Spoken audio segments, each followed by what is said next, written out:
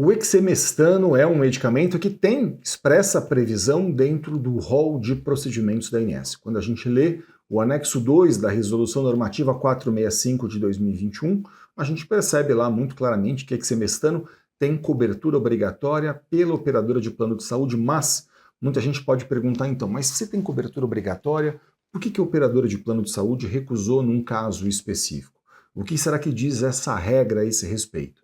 Será que a ANS incorporou para algumas condições muito específicas?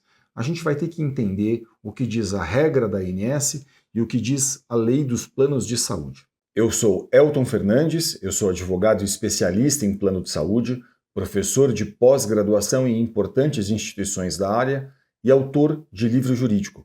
Hoje eu vou tentar desmistificar um pouco para vocês sobre as regras do setor dos planos de saúde.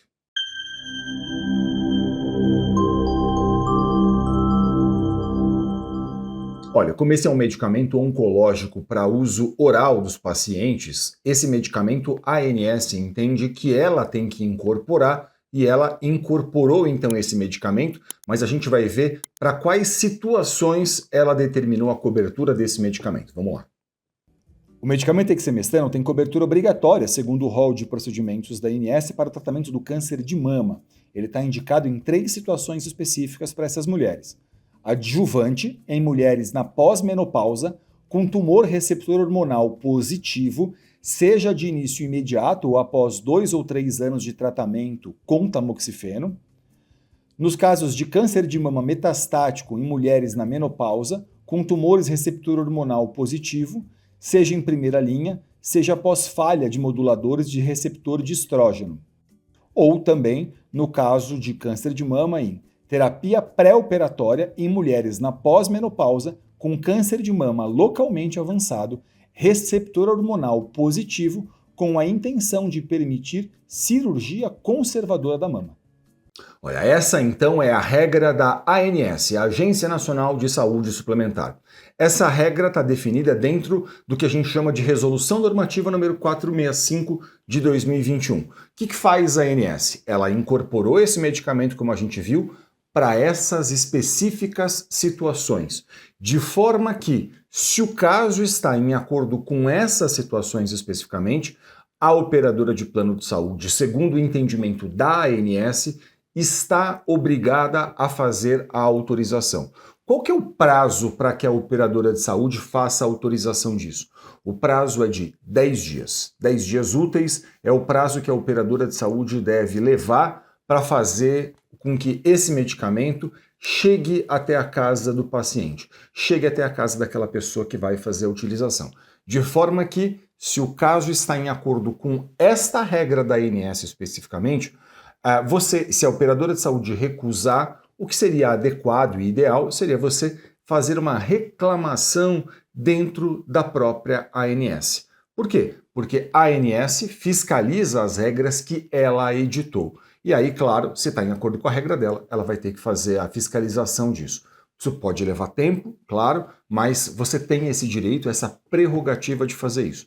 Se seu caso não está em acordo com a regra da ANS, aí provavelmente não me parece que a ANS vai tomar algum partido disso ou vai botar a mão nesse tipo de questão. Claro, você tem toda a possibilidade ainda de fazer a reclamação, mas aqui é importante dizer, numa situação como essa, o que eu considero mesmo adequado é que você converse com um advogado especialista em plano de saúde. E por que eu acho importante que você faça isso? Porque, veja, a lei dos planos de saúde atualmente, a lei 9656 de 98, ela diz que mesmo que um tratamento prescrito ao paciente não esteja em acordo com a regra da ANS, com esse rol de procedimentos da ANS, o tratamento deve ser autorizado se ele estiver em acordo com a ciência.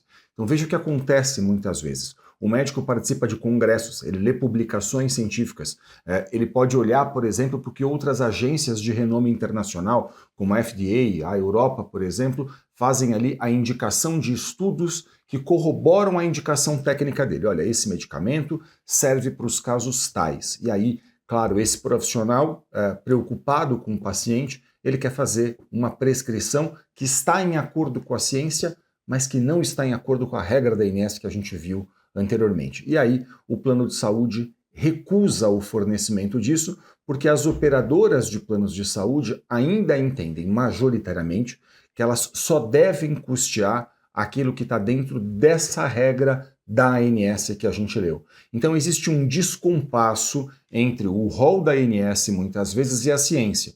E existe um descompasso também porque a operadora de plano de saúde, ao invés de cumprir a lei, ela cumpre exclusivamente o critério que está dentro desse rol de procedimentos da ANS que a gente leu.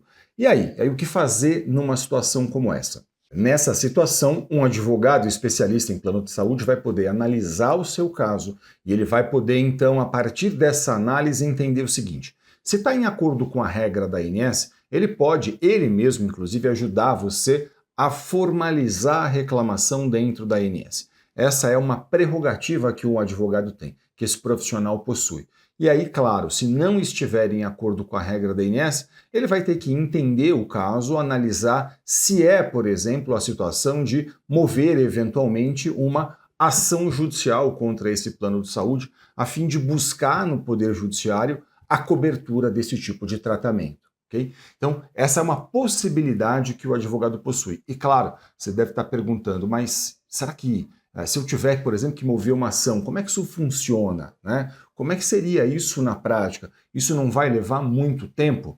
Deixa eu explicar um pouquinho para vocês essa questão. Olha, a ação judicial é um procedimento. Esse procedimento, por exemplo, ele pode ser feito com um pedido de liminar. O que é um pedido de liminar, né? Um pedido de liminar é um requerimento que você faz a um juiz pedindo que ele determine desde logo, desde o começo do processo, o fornecimento do tratamento que aquela pessoa precisa. Então, por exemplo, se você demonstra para um juiz que existe um direito e uma urgência, o que o juiz pode fazer? Ele pode determinar desde logo o fornecimento daquilo que você está fazendo o pedido. Então, ele olha para o caso, ele sabe que um processo vai ser longo, e bem porque o juiz sabe que um processo vai ser longo, muitas vezes ele vai poder dizer o quê? Olha, estou entendendo que nesse caso, esse beneficiário aqui ele não pode esperar o final do processo para poder usufruir desse direito. Então, entendendo que existe direito e que existe urgência, ele pode, então, determinar essa liminar. Ele pode conceder essa ordem liminar a fim de que a pessoa possa usufruir desse direito logo no começo do processo. Ele pode fazer isso a qualquer momento, né, a qualquer momento da ação judicial, mas é mais comum, por exemplo, que haja essa análise desde logo, desde o começo, a fim de que, demonstrando que existe direito, demonstrando que existe urgência, que seu caso está em acordo com a lei, que o relatório médico faz a indicação clara de que há uma urgência, de que o caso está em acordo com a ciência, por exemplo, ele possa então fazer a determinação disso. E note, esse processo hoje em todo o Brasil é inteiramente eletrônico. Então assim, do Oiapoque ao Chuí, não importa onde você esteja, um processo judicial é inteiramente eletrônico. Imagina que você mora na cidade de São Paulo e você vai conversar com um advogado de São Paulo. Esse profissional vai mover uma ação judicial eletrônica. Hoje existem até audiências que são feitas de forma eletrônica, embora nesses processos especificamente que envolvem plano de saúde, é incomum que haja a necessidade de uma audiência. Pode haver a necessidade de outras questões, outras provas dentro do processo, mas audiência, participação de audiência, não.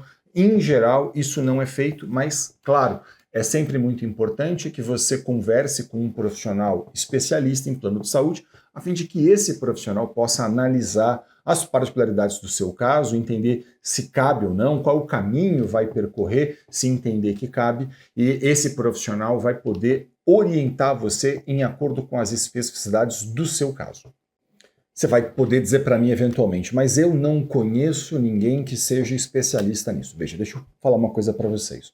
Hoje, essa consulta com o seu advogado pode ser feita até de forma online. E eu tenho muito orgulho de dizer para vocês que em todo o Brasil, nas pós-graduações em que eu leciono, a gente forma profissionais cada vez mais capacitados, especialistas nisso, capazes de olhar profissionalmente para uma questão como essa, capazes de fazer uma análise cuidadosa de um caso, a fim de poder entender quais são as possibilidades que a gente tem, quais são os caminhos que vão ser percorridos. Então, se você não conhece um profissional aí da sua cidade, por exemplo, você pode buscar isso pela internet, fazer isso online com um profissional, não tem problema nenhum, até porque, como eu mencionei para vocês, um processo que eventualmente tenha que ser movido um processo, essa ação será eletrônica, tudo correrá eletronicamente. Então, não importa se você está numa cidade e seu advogado está na outra cidade, se você está num estado e seu advogado está muito distante de você, porque tudo isso pode ser feito hoje de forma online, e eu tenho muito orgulho de poder dizer que em todo o Brasil a gente forma nas pós-graduações em que eu leciono profissionais muitíssimo capacitados para lidar com esse tipo de questão. Então, eu sugiro muito que você converse sempre com profissionais especialistas nesse tema. Eu espero que esse vídeo tenha sido útil a você. Muito obrigado pela sua audiência. Se ficou qualquer dúvida, deixe um comentário aqui no canal. Para a gente é sempre um grande prazer poder ajudar, interagir, tirar dúvidas e, claro, não deixe de acompanhar a gente nas redes sociais. Muito sucesso para você e saúde. Até o próximo vídeo.